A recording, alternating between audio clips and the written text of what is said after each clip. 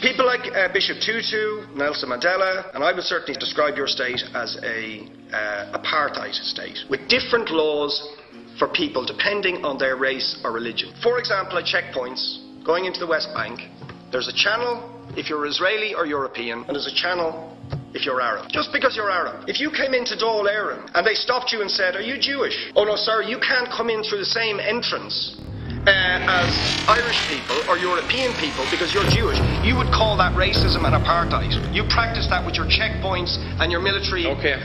It is the Palestinian people on the ground who are not represented in any conversation among diplomats and barely represented in the global media that are leading the charge. What is happening now in the West Bank, inside Green Line Israel, and obviously in Gaza, reflects years and years and years of grievance and pressure that has clearly reached a breaking point. And the evictions in Sheikh Jarrah, the assault on protesters at Al-Aqsa, was really just the tip of the spear of what Palestinians have been enduring.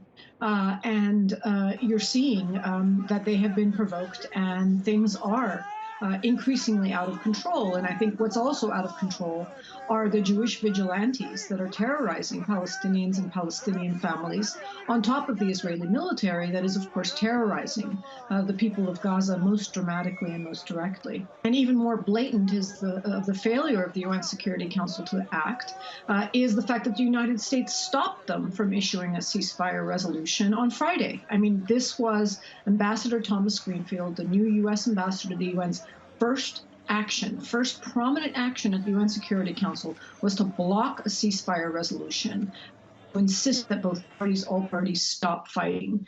So if anything, the United States at the UN Security Council has ensured that Israel can carry on with its bombardment, could have, as Netanyahu has asked, as much time as they need, as they call it, and want to bombard Gaza. The society in Israel, the Jewish society in Israel, is increasingly becoming fanatical, religiously fanatical.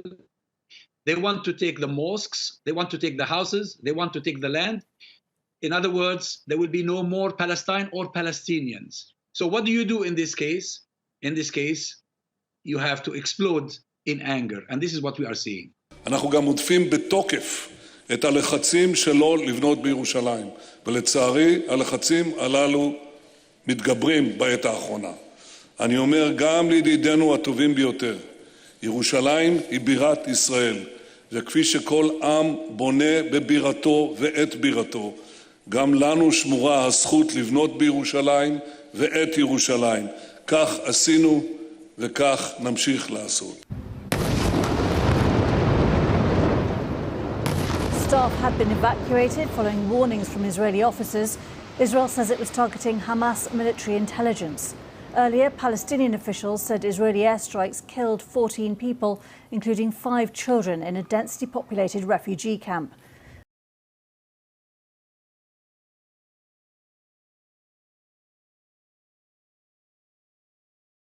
But let's be really clear here. The deliberate targeting of civilian objects and extensive, unjustified destruction of property is a war crime. Destroying entire multi-story homes, making tens of families homeless, amounts to collective punishment of the Palestinian population and is a breach of international law. And that's been said many times before, including by leading Israeli human rights groups. B'Tselem, for example, have said targeting apartment towers, which are not military targets, and leaving dozens of families homeless is a war crime. And let's also be clear here, even if some parts of buildings are occupied by members of Hamas for alleged military purposes, that doesn't justify wiping out entire apartment blocks. And Gaza is one of the most densely populated areas in the world. So where do you expect people to go when you make them homeless? And we need to be very clear with our language as well. This is not a conflict. This is about a people struggling for independence, freedom and dignity against an oppressive colonial superpower that is armed to the back teeth. بسم الله عمرك يا ماما.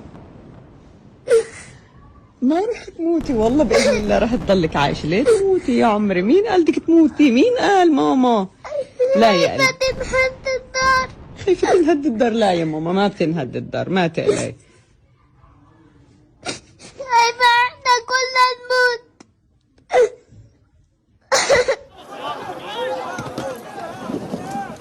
In the dark of another long night in Gaza, a desperate search for signs of life. A four-story building in a densely packed refugee camp hit repeatedly, according to eyewitnesses, and razed to the ground. The rescue operation was frantic, yielding only a catalogue of death. 2 families obliterated, at least 7 people, including 5 children, aged from 5 to 14. Mohammed Hadidi has lost almost everyone. His wife, Maha, and the children were staying with her brother when the missile struck. Little Omar is all he has left, found in the rubble next to his mother. Images released overnight display an operation that shows no sign of letting up. Israel says it's up to Hamas to stop firing first. I'm always sick. I don't know. I can't do anything. You see all of this. What do you expect me to do? Fix it? I'm only 10. I can't even do anything this morning. I just want to be a doctor or anything to help my people, but I can't. I'm just a kid. I don't even know what to do. I get scared, but not really that much. I do anything for my people, but I don't know what to do. I'm just 10. I'm just 10.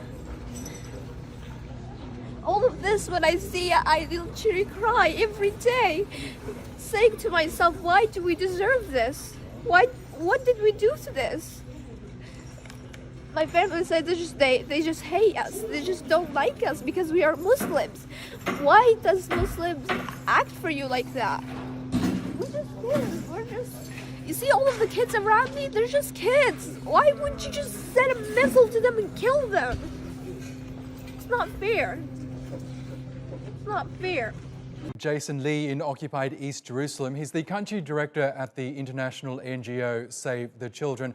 Welcome to the program, Jason. Now, as we heard there, the death toll has risen. Dozens of children are among those who are being killed by these Israeli attacks. Can you tell us more about the toll that this violence is having on children? Absolutely. The longer this conflict is protracted, and we've seen every day an escalation, and the numbers of children being killed and the numbers of children being injured. We've calculated that since the start of this fighting on the 14th of May, every hour 3 children are injured. And these injuries are lifelong injuries, life-changing injuries. There are many children that will have long-term, lifetime disabilities, not to mention the astronomical impact on their mental health and the scars that they will carry through for the remainder of their lives. So what do you believe can be done to help children during attacks like these? I mean, it's critical. The first and foremost thing is to stop the attacks. There has to be an immediate ceasefire. And an immediate ceasefire means that Israel has to stop the airstrikes and the incursions into Gaza. Hamas has to stop firing the rockets. And the international community, we have to stop remaining silent, because if we don't stop these atrocities, if we don't stop the fighting, we are effectively stealing the futures of an entire generation of children and condemning them to a life of trauma and disability and disadvantage. We know that resources in Gaza have already been stretched by an ongoing blockade that's been going on for 14, 15 years now, a pandemic on top of that. What sort of aid is needed now? I think the first thing and foremost is to ensure that life-saving essential assistance gets through. So to make sure that people have access to accommodation, somewhere to stay, food, water, access to basic medicines. As you mentioned, the supply of fuel and electricity to Gaza is critical. Without electricity, health facilities are not able to function. Without water, health facilities are also are not able to function, and people are not able to sustain life. And without sanitation. Now, these things are critical, particularly when you mention COVID. I mean, before the fighting, there was an escalating number of cases of COVID within Gaza. So we also have to ensure that the protective measures that protect people against COVID, the vaccinations, all of those continue.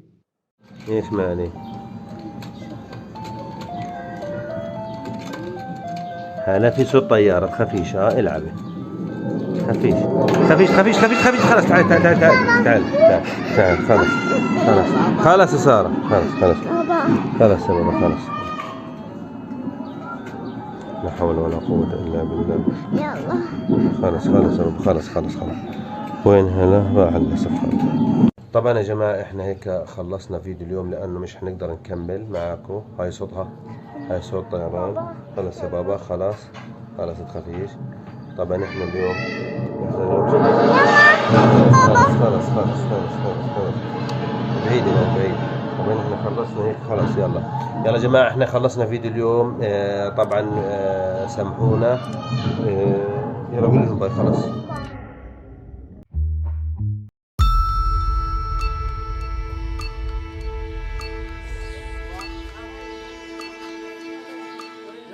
وطبعا الاولاد دائما بكون هان مليانين واجواء واغاني عشان السنه هذا حرب فيش اولاد وخايفين يطلعوا من باب الدار. هذا العيد ما فرحناش زي كل عيد عشان في شهداء ومصابين وجرحى واطفال ماتوا، ففيش فرحه يعني زي كل مره.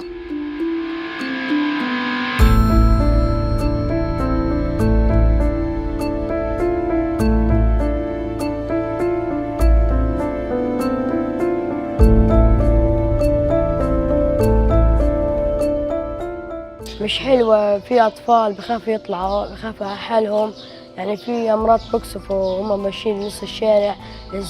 طيارة من 16 ومش عارف إيش والزنانات هاي منقصف أبراج. الولاد خايفين من الصوت والبعيطين قاعدين الولاد. هاي الحركة زي ما أنتم شايفين الحركة.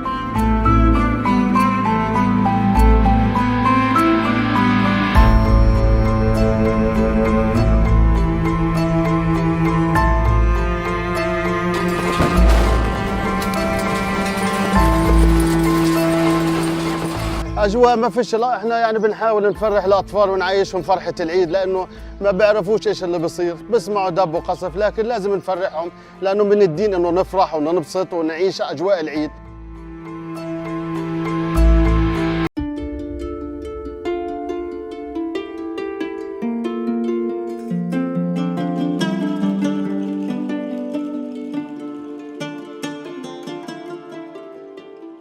أنا جيت هنا عشان أشوف القصف كيف اليهود قصفوها، ولقيت كل الدنيا مدمرة مش مخلينا نعيد.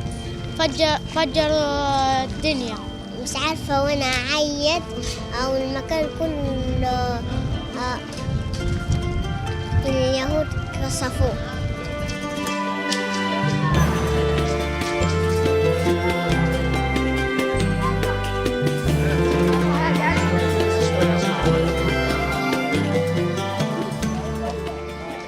كان يوم عيد، يوم سوء، يوم أسود، مش عيد يعني زي العيد اللي فات. كنا نايمين قاعدوا يضربوا بصواريخ على الساعة 12. صحينا لو إيش قاعدوا الصغار يعيطوا لما هذا سكتوا. إبراهيم المصري 11 مروان المصري 6 رحف المصري 10 and Yazan al-Masri aged just 2. These are some of the names of the children killed this week, and last night an Israeli child was added to their numbers. My heart breaks for them. תבדוק אם יש פה ילדים. זזים מהר, זה לא ילדים? יש פה ילדים כנראה, אנחנו עוצרים את זה. נכון, יש פה אחד גדול וכמה קטנים. אנחנו חושדים בילדים ואנחנו לא נלך על זה, אני חושב שהם ילדים. תבדוק אם יש פה ילדים. זזים מהר, זה לא ילדים? יש פה ילדים כנראה, אנחנו עוצרים את זה. נכון, יש פה אחד גדול וכמה קטנים. אנחנו חושדים בילדים ואנחנו לא נלך על זה, אני חושב שהם ילדים. In order to minimize and to make sure that there are no civilian casualties in the strike on the building, for reasons of source security and not compromising our collection efforts, currently, and I'm not saying that that's the final answer that the IDF or the State of Israel will give, but currently that is the level of detail that I've been authorized to share. We're shocked and horrified that the Israelis would target the building that housed a peace bureau in Gaza. They long knew that a peace bureau was there, and they targeted it. Now, fortunately, we had a warning, and we were able to get our journalists out. We narrowly escaped a huge loss of life. We had 12 journalists in that building. And those brave journalists not only got out, but they were able to salvage much of our equipment because it's important that we continue to tell this story. You see, that building provided the best vantage point for the world to see the events in Gaza. And now that building is destroyed. And we will work hard to continue to tell the world the important events of Gaza. And we will keep our journalists safe. At the same time, we need to learn more about why this building was targeted. We've been in touch with the Israeli government. We've heard their statement. We need to know more. We've engaged with the US State Department to try to learn all we can and make sure that this never happens again.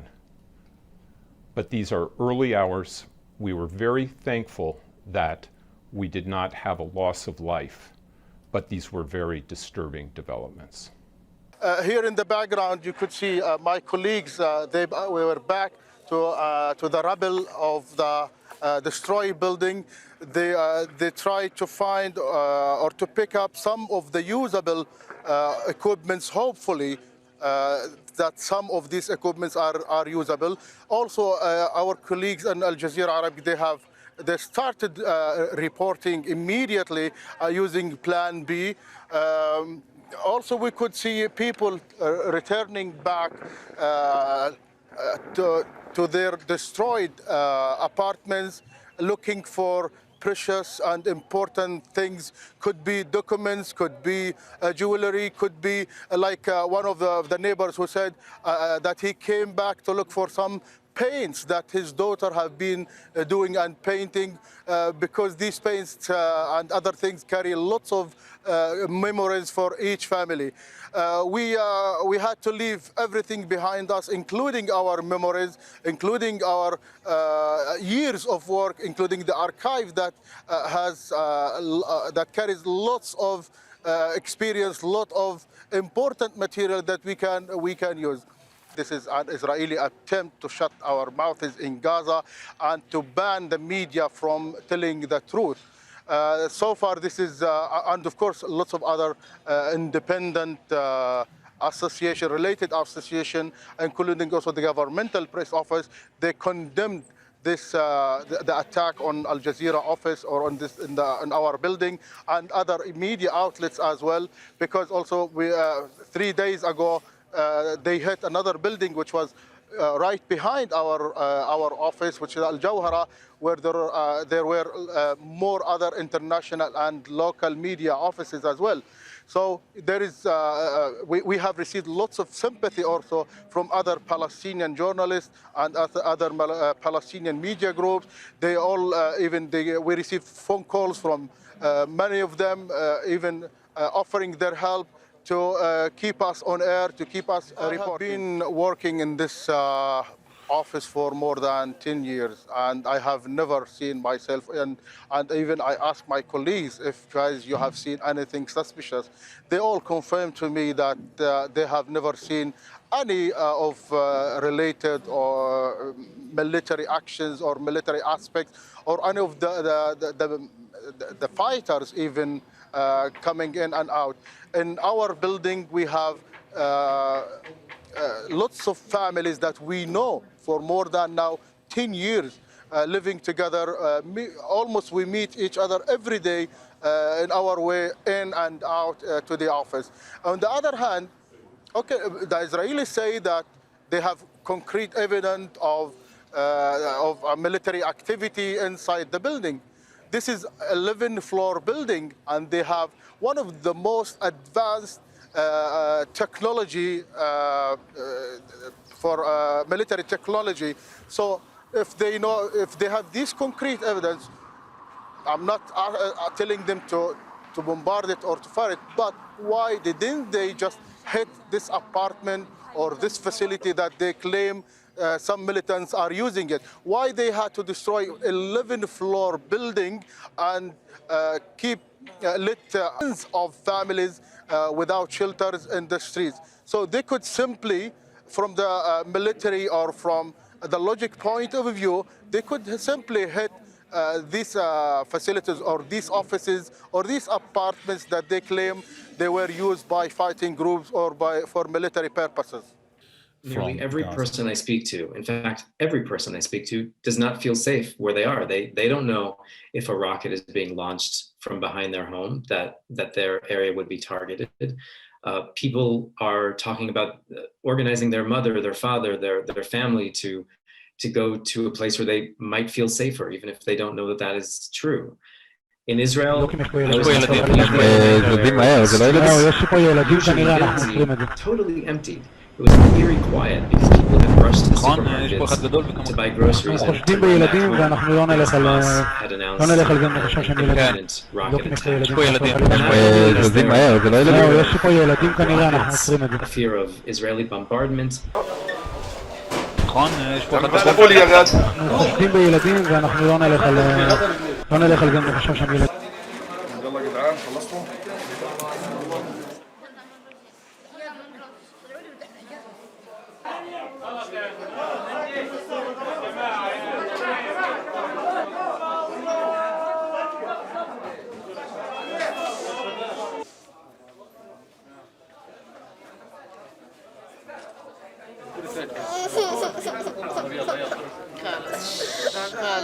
خلصنا حطيها سيان لزقيها اياها على الغرز يلا على الغرز عامة باطلاق يعني ولا تحذير ولا اتصال ولا شيء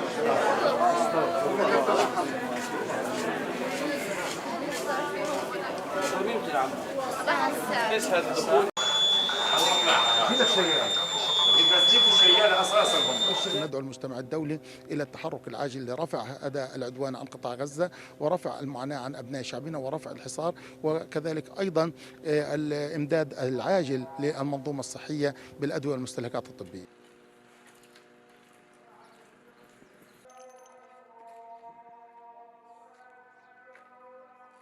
Mr. Speaker, after years of persecution and oppression, indiscriminate attacks, a brutal siege of Gaza, the expansion of illegal settlements and demolition of Palestinian homes, unfair trials, arbitrary detention and restrictions on the freedom of movement, and now with the attack on worshippers at the Al-Aqsa Mosque, tensions in the region are now the highest they have ever been. And I join others in condemning the escalation in violence and the loss of life. Mr. Speaker, yet the silence of the international community is deafening, even as the Palestinians scream out for help. So I have to ask the Minister, how many times will we come back to this House to debate the persecution of the Palestinians, and when will the international community finally wake up? There is nobody to force Israel to become incumbent upon it, to be obliged to do anything. And the Americans and the European Union are just concerned, but no more than concerned. There is, first, a very clear and absolute distinction between a terrorist organization, Hamas, that is indiscriminately raining down rockets, in fact, targeting civilians, and Israel's response defending itself when we see children caught in the crossfire, losing their lives. That has a powerful impact, and I think Israel has an extra burden in trying to do everything it possibly can to avoid civilian casualties. 20 people, including 9 children, have been killed in fighting with Israel. So, of course, how were the children fighting? Yeah, I think those kids were in bed. Yeah. Israel is a violator of international law, and it has been violating international law for 8 decades. And therefore, it doesn't feel obliged to do anything unless it is forced to do it.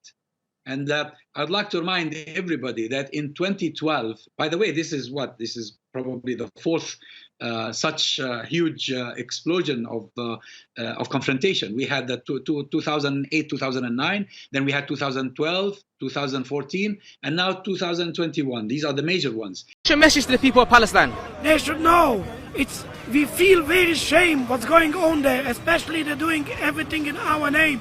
In the name of Jews, in the name of the Torah, in the name of God. It's so shameful. We are with you. You have to know. The Zionists are strong. We are weak. But God is on our side.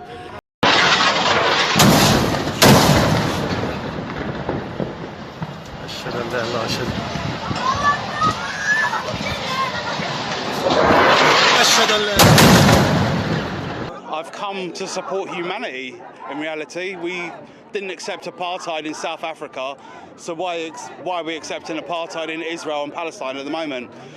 First of all, like I said, the people of the world, every single, wherever they are, they must come out, they must pressurize the countries, their own elected leaders, just do whatever you can to stop this bombardment of innocent Palestinians, and come on talk, give the Palestinians what belongs to them. How do you feel? No, I know that you're a human and maybe you have a family, you have kids. Do you want your kids to grow up and to grow old defending the wrong side, defending the oppressors? This is what you wanted to be when you were young, when you were a child, to be in the wrong side. This is what you wanted. When you were a child dreaming to grow up and having big dreams, this is what you wanted? To be in the side of oppressors? But 6 million people whose origins are in what you now call Israel, who were forced out in 1947 or 48, do not have that right. Isn't that part of the reason why the Palestinians are in dispute with Israelis? Because you deny them the right to return to their homes and to their land and to their villages, and that they have a legitimate claim, even under international law, to return, but you deny them that right. Why do you deny them that right? And why do you give that right to other people who have no connection whatsoever with the land, whether you call it Israel or whether you call it Palestine? Why do you continue to seize land if you're serious about Oslo and the two-state solution, which under that agreement is land designated to be Palestinian land? 500,000 people, most of which has taken place since Oslo. You allow that to happen. Why do you allow it to happen? If you're serious about giving this land to the Palestinians, it's absolutely extraordinary. Are you not just taking us, Ambassador, for idiots? That you can say with a straight face, we're serious about peace, but while we're serious about peace, we're going to seize Palestinian land. And you expect the Palestinians to just sit back and do nothing about that. Now, you know what the Palestinian people have been asking for. Far less even than some people would ask for. Because I believe the whole apartheid system should be dismantled. But what they've asked for is to lift the siege of Gaza. Just to lift the siege of Gaza. Let them have an airport. Let them have ports. Let them not be dictated to by a government for whom they do not vote as to what can go in and out of their territories, whether they will have power, whether they will have clean water, whether they will have medicine. What makes you think you're allowed to have nuclear weapons and the fourth biggest army in the world and visit destruction on the people of Gaza, but they have no right to defend themselves? They have no territorial sovereignty over that land. Would you ask questions, please? How do you justify that? Yeah. All right. How do you justify those double standards? Very lastly, Ambassador, people like Bishop Tutu, Nelson Mandela, and I would certainly describe your state as a apartheid state, with different laws for people depending on their race or religion. For example, at checkpoints going into the West Bank, there's a channel if you're Israeli or European, and there's a channel if you're Arab. Just because you're Arab. If you came into Dáil Éireann and they stopped you and said, are you Jewish? Oh no, sir, you can't come in through the same entrance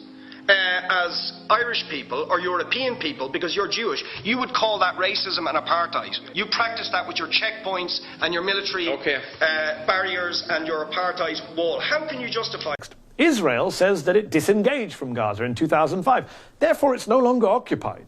But that's not what the United Nations says. It still considers the Gaza Strip occupied territory. And Israel, of course, still has a blockade in place there. Israel still controls Gaza's borders and airspace. It makes decisions on who can cross into and out of Gaza, and even how far off the coast Palestinians are allowed to fish. That blockade has had a devastating economic impact. More than half of Palestinians, 56%, live in poverty. 48% are unemployed, according to the Palestinian Central Bureau of Statistics. There's also a huge proportion of young people suffering there. Nearly 2/3 of the population is under the age of 25. Back in 2010, former British Conservative Prime Minister David Cameron even described Gaza as an open prison camp and called then for Israel to end its blockade. Conditions are so bad there, the UN once predicted the area would be uninhabitable by 2020. Yeah, by last year. Israel blames Hamas for the humanitarian issues, pointing out that they're in control of Gaza. And now, on top of those humanitarian issues, there are missiles flying into the area from Israel, into an area where 2 million people are densely packed into just 141 square miles. So let's please not forget or erase that context in the midst of all this conflict.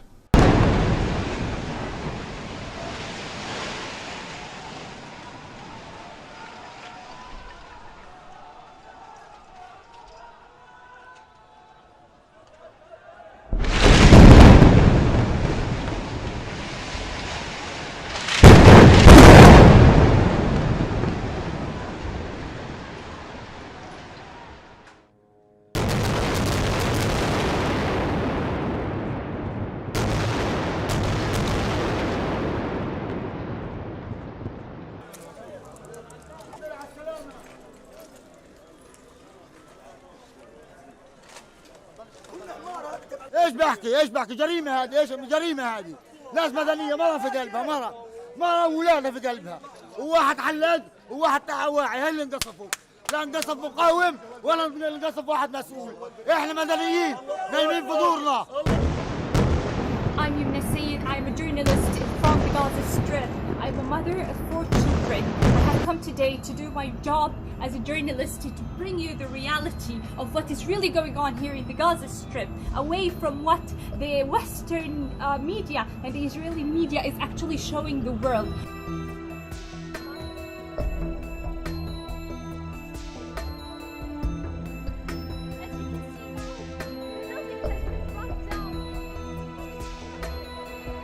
I've left my kids at home with their father just to hear that the building, a residential building just close to the residential building where my apartment is, has been totally destroyed and brought to the ground.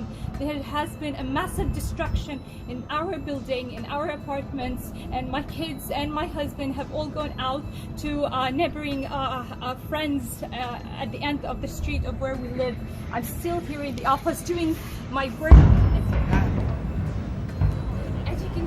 The Israeli air raids behind me until now are still going on. They have not stopped. They have not stopped. Do not believe that the Palestinians are terrorists. Yes, they are launching rockets on Israel, but you can see what Israel is doing. Israel is launching thousands of air raids on the Gaza Strip.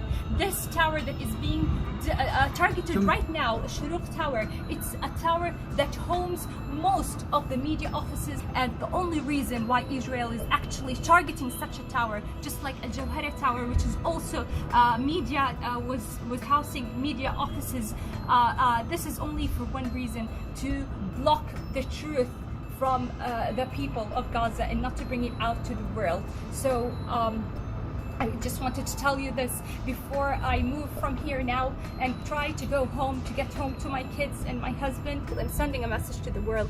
Please, before you judge us, before you say that we are terrorists, I want you to make sure that you see the reality and the truth from all sides. Do not just take the Western media and go with it. Do not believe the Israeli messages and the Israeli side of the story without seeing our side.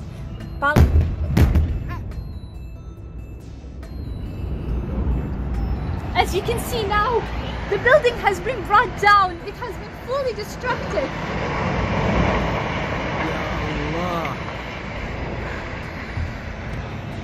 This is a tower. This is a Shirk Tower, a 14-story building that has been brought to the ground, totally distracted by air raids. By the way, Just for you to know, this tower is in a very densely populated.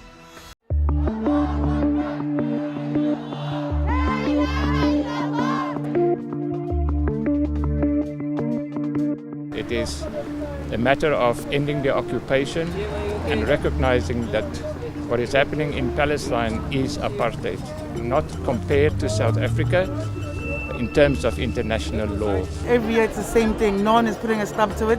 Our government is quiet. The ANC is quiet. Everyone is quiet while we're watching people get killed daily. No one is saying anything. We're tired. It's enough.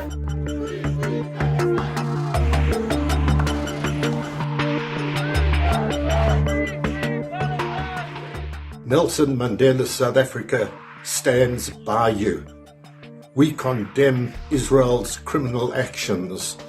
This new round of ethnic cleansing of East Jerusalem, the eviction of people, the destruction of their homes, and their sacrilege in storming the Al-Aqsa Mosque.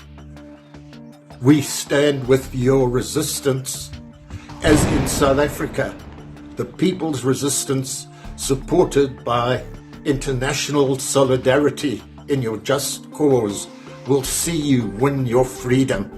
I had the privilege of serving under Nelson Mandela in South Africa's first democratically elected parliament. When I see the plans for annexation of up to 30% of the West Bank in occupied Palestine, I cannot help but think of the South African apartheid system of homelands in Bantustan. It will give Israel and its quite brutal military and security services even more control over the daily lives of Palestinians. All of this is being undertaken in clear violation of both international law and UN Security Council resolutions. So it will further the illicit nature of the already illegal occupation of Palestine. Israel, with the Nation-State Act that defines citizenship on the basis of ethnicity, is unfortunately harking back to apartheid South Africa. The annexation of more and more of the occupied Palestinian territories reflects the homeland or Bantustan policy of apartheid South Africa. To those made by the Foreign Office 25 years ago in respect of illegal settlements at Har Homa, he will find a remarkable similarity. What has changed is the end of any hope for the Oslo peace process, built out of existence by illegal settlements, and the dominance of factions in both communities of those least committed to justice, security, and reconciliation between the Israeli and Palestinian peoples. You see, I don't really sleep well at night these days. I heard missiles, and the missile who destroyed this house was so loud that my window almost broke. And we don't have anything. We don't have guns or missiles or anything. We don't have anything to protect ourselves with. We only have the power of God with us. Mr. Speaker, the government's response to this and every other episode in Palestine is and are completely inadequate. The Palestinians have lived under brutalistic oppression and apartheid by Israel with the tacit consent of the West for too long. We've heard the plague on both their houses song too many times. Of course, we must condemn all violence on both sides. So in that spirit, can the Minister tell me whether he thinks it appropriate that the UK grant arms licences that sees UK weapons used in these indiscriminate Israeli attacks on civilians, including children? Mr. Speaker, the extensive expansion of illegal settlements in East Jerusalem, forced eviction of Palestinian families from their homes in Sheikh Jarrah, brutality against worshippers in the third most holy site in Islam and during Ramadan. This isn't about a clash between two equal sides. Until we discuss the root issue, we miss the entire context, but fails to recognise that one side is an occupier and the other is occupied. Will the Minister demand that the Israeli ends all the discriminatory and illegal practices that have actually provoked these current tensions? And what specifically will he do to ensure for accountability and for violations of international law, which have been going on for the last 50 years? Thank you, Mr. Speaker. If the Foreign Secretary will take action on ethnic cleansing in Xinjiang, why not in Sheikh Jarrah? If the UK government will impose sanctions for the occupation of the Crimea, why does it allow trade with illegal settlements in the occupied Palestinian territories? The minister rightly condemns the killing of children in Gaza and Israel. Does he recognise that these war crimes spring from an unlawful occupation, and will he now give his full support to the investigation of the International Criminal Court?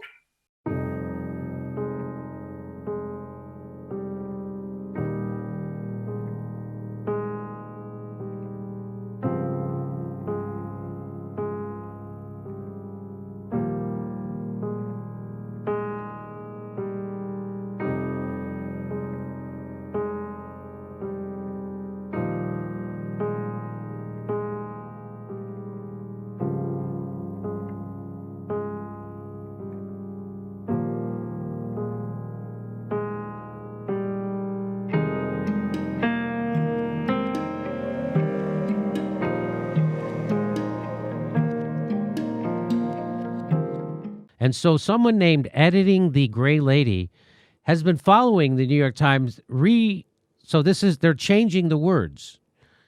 So this is how it was originally. The police entered the compound and Gaza militants fired rubber-tipped bullets.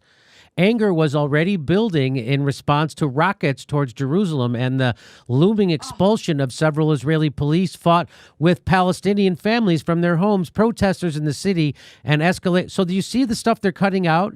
So they're cutting this stuff out, and now they're going back to Gaza militants fired rockets toward Jerusalem, and the Israeli police fought with Palestinians, protesters.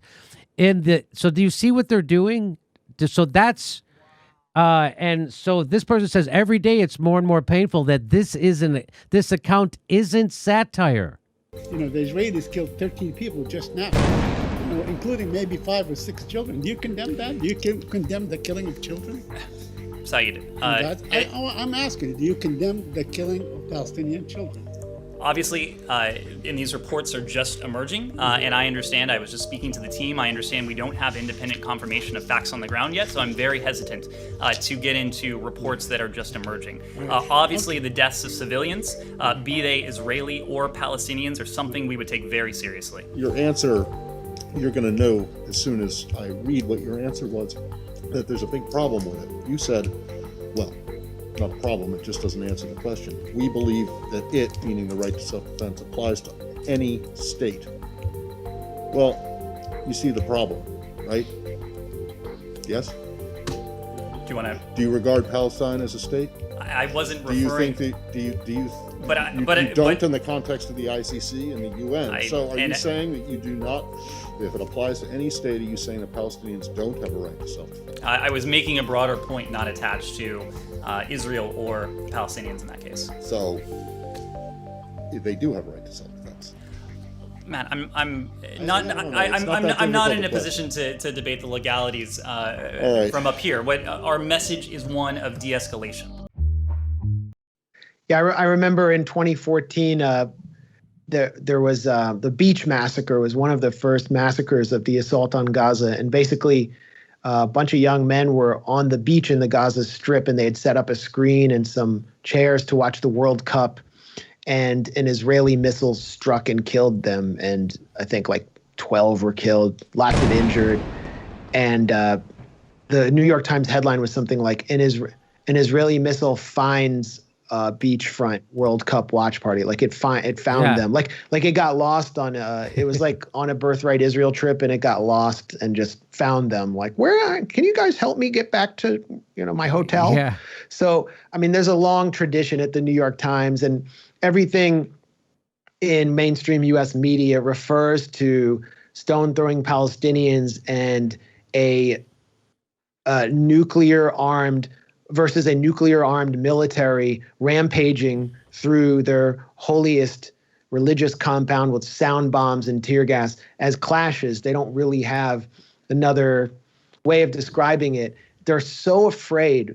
I mean, there are two factors here that I see. Number one, there's a very powerful Israel media lobby that seeks to torment any journalist that takes on the issue of Palestine and promotes and advances even a remotely fair and balanced narrative on Israel-Palestine, like groups like Camera, for example. And that frightens a lot of mainstream people who want to advance in their careers. But then you just have this culture of this pro-Israel culture, particularly in the New York Times, where this might, I don't know, shock some of your viewers to know, but the New York Times Jerusalem Bureau, actually, the bureau chief traditionally lives in a home that was seized from a very notable Palestinian family in the neighborhood of Kadamon in Jerusalem. They were ethnically cleansed in 1948. It's the home of Hassan Karmi, who was a BBC Arabic broadcaster before he was forced from his home. That house was purchased by Thomas Friedman in the 1980s. The family is unable to return because Israel passed a law in 1950 called the Absentee Property Act, which mandates that any Palestinian who left their home in 1948 cannot return, and the state gets to take the home. And who do they give it to? You know who. People who can be Israeli citizens, Jewish people, including Jewish Americans. And who's worked out of the Jerusalem Bureau, besides Thomas Friedman, who worked out of there in the late 80s? Ethan Bronner, he was the bureau chief for a long time, and he had a son who, while he was bureau chief, went into the Israeli army, into a combat division. And his assistant editor, Isabel Kirshner, also had a son in the Israeli army. And one of their fact checkers had a child in the Israeli army. So can you imagine, like, if the New York Times, first of all, they're working out of an ethnically cleansed Palestinian home in Jerusalem, and then they have children in the Israeli army. And this is considered totally acceptable within the culture of the New York Times. Can you imagine if one of them had a child, if there was a Palestinian, one of their assistants who had a child in a Palestinian armed faction, the scandal that would cause and how they would be forced to resign? So there's a longstanding double standard at the New York Times. They're always approaching this crisis from the Israeli perspective. And in many cases, they are Israelis themselves who are writing the articles. And then you have just look at who's allowed to write the op-eds at the New York Times. I mean, just none of them. Why is there never like an Arab Muslim op-ed writer, like a regular columnist at the New York Times? It's like people like Nicholas Kristof, who he explicitly said Palestinians should not be, we cannot support Palestinians throwing stones. He explicitly said that after attending a Palestinian protest. But here's a guy who supports every war the U.S. wants to wage to supposedly save a civilian population, who said that Libyans are greeting the U.S. with love after we destroyed their country, who called for U.S. airstrikes on Syria. He loves all those wars, but Palestinians aren't allowed to throw a single stone. That's the culture of the New York Times. It's the culture of the Washington Post. It's the culture of the LA Times, and there's just no exception within U.S. mainstream media. Why does the United States support Israel? Well, there's a history, and a very interesting one, that actually goes back a long time. One thing to remember is that Christian Zionism is a very powerful force, which goes back long before Jewish Zionism. In England particularly, Christian Zionism was a powerful force among British elites. It's part of the motivation for the Balfour Declaration and for Britain's support for Jewish colonization of Israel. Remember, the Bible said, and that's a big part of British elite culture. Same in the United States. Woodrow Wilson was a devout Christian who read the Bible every day. So did Harry Truman. In the Roosevelt administration, one of the leading officials, Harold Ickes, once described the return of the Jews to Palestine as the greatest event in history. It's realizing the lesson of the Bible. These are deeply religious countries in which the biblical commands, so-called, are taken quite literally. Also, this is just part of colonization. This is the last phase of European colonization.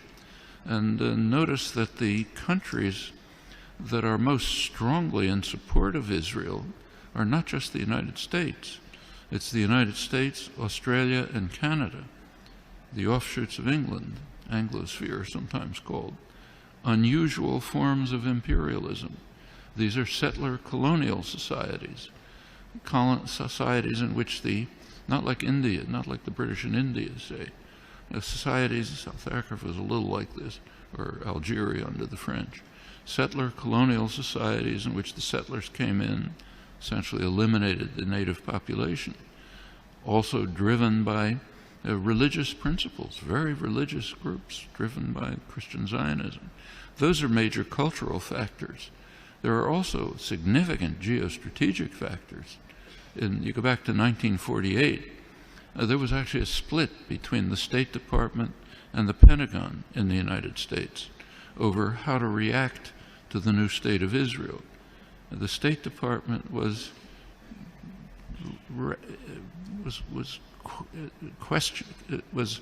not committed strongly to Israeli conquests, the establishment of the state, and was concerned about the refugees. It wanted an implementation of the refugee problem. The Pentagon, on the other hand, was very impressed with Israel's military potential. The Israeli military successes, if you look back at the internal record and declassified, the Joint Chiefs of Staff described Israel as the second largest military force in the region after Turkey and a potential base for U.S. power in the region. That continued. Can't run through the whole record, but in 1958, when there was a serious crisis in the region, Israel was the only state that strongly cooperated with Britain and the United States, and it won plenty of support from the governments and the military for that reason. 1967 is when the current relations with Israel were pretty much established. Israel performed a major service to the United States by destroying a secular Arab nationalism, a major enemy of the United States, and supporting radical Islam, which the U.S. supported. And it continues right until the present. Right now, we saw an example of that just during the latest Gaza attack. You recall that at one point, Israel began to run out of munitions during the assault, despite the fact that it's armed to the teeth. The United States provided Israel with additional munitions through the Pentagon. And notice where they were taken from. These were U.S. munitions pre-positioned in Israel for eventual use by U.S. forces. One of many signs of how Israel is regarded as essentially a military offshoot of the United States. Very close intelligence relations that go way back, many other connections. And the media tend to take up, to support the policy of the government with very few, kind of little questioning around the edges, but basically accept the policy. So, for example, take another issue. Take the U.S. invasion of Iraq. You cannot find the phrase U.S. invasion of Iraq in the U.S. media, though it was obviously an invasion, a blatant act of aggression, a textbook case of that's Nuremberg trials called the supreme international crime, cannot be mentioned. President Obama is praised as an opponent of the invasion. And what did he say? He said it's a mistake. It's a strategic blunder. We're not going to get away with it. That's the kind of opposition that you heard from the German General Staff during Hitler's invasion of Russia. It's a blunder. Shouldn't do it. We should knock off England first. That's regarded as opposition. Same in Vietnam. There's now a commemoration underway, big commemoration of U.S. sacrifices in Vietnam. Try to find the phrase U.S. invasion of South Vietnam there or anywhere in the past year since 1961 when it took place. non-existent, maybe on Democracy Now, what I write, but way out at the fringe. And this is not unique to the United States. Take, say, Britain. Right now there's interesting debates in the British literary journals, like the Times Literary Supplement, as to whether Britain should finally begin to recognize the genocidal, the word that's used, genocidal character of British colonization hundreds of years ago. Should Britain begin to face it? You can ask that question in many places. The tendency of the intellectual community to go along like a herd in support of state power, private power, is just overwhelming. Intellectuals like to think of themselves as dissident, critical, courageous, standing up against power. Absolutely untrue. You look at the historical record, that's a small fringe, and they're usually punished. The mainstream tends to be what was once called a herd of independent minds, marching in support of state power. Nothing new here. Unfortunate, you have to fight against it, not new.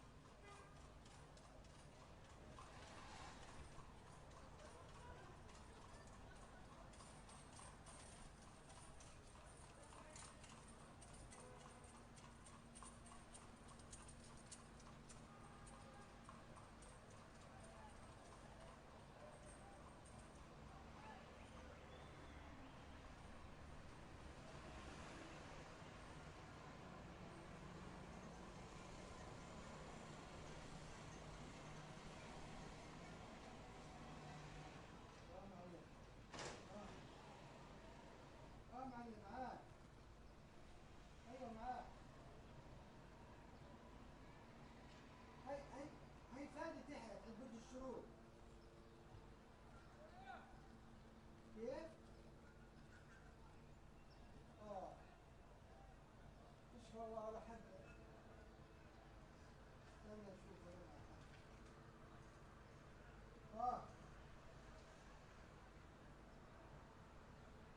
ماشي ماشي حاضر ابعت لك مثلا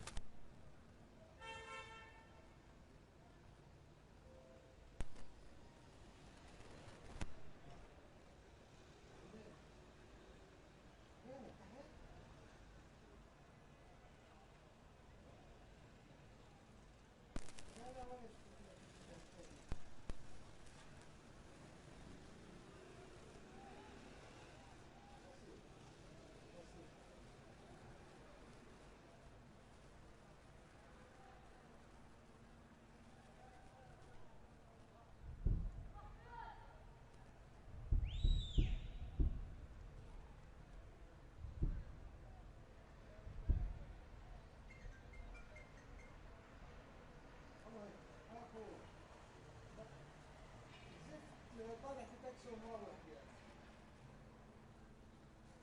ولا حدا انا رد على استاذ ثاني بس بدينا نخش سجن